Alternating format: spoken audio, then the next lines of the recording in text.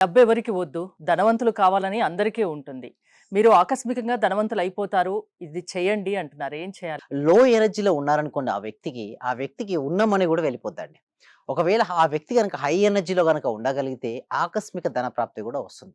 మీరనొచ్చు లో ఎనర్జీ అంటే ఏంటంటే చూడండి, ఒక వ్యక్తి ఎప్పుడు డిసప్పాయింట్‌మెంట్‌లో ఉంటున్నాడు మేడం. డిప్రెషన్ ఏ పని తను ఏదైతే పని చేస్తున్నాడో, ఆ పని ఎందు ఇష్టం లేదు మేడం. ఓకేనా?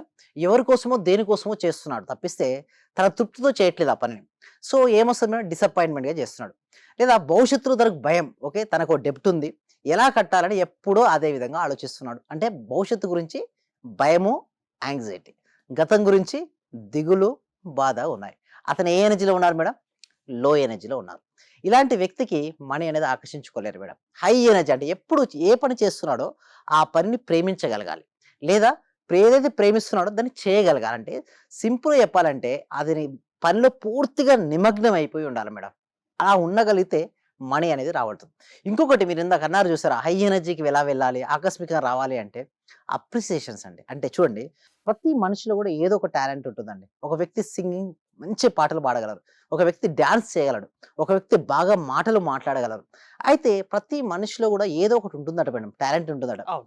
సో, 64 కళల్లో ఏదో ఒక కళట భగవంతుడు ఇచ్చే వెళ్ళిపోతాడట. కానీ తన చివరి వరకు కూడా ఆ కళ ఏంటో తను తెలుసుకోకుండా మాత్రం వెళ్ళిపోకూడదు మేడం. అంటే ఎవరైనా అప్రిషియేషన్ ఇచ్చినా ఓకే. తన టాలెంట్ ఏంటో తను గుర్తించగలగాలి. అయితే మీరనొచ్చు ఎలా గుర్తిస్తాం మన లోపల ఉన్న టాలెంట్ నిజంగా ఏమిటంటే చిన్నప్పటి నుంచి ఇప్పటి వరకు ఓకే.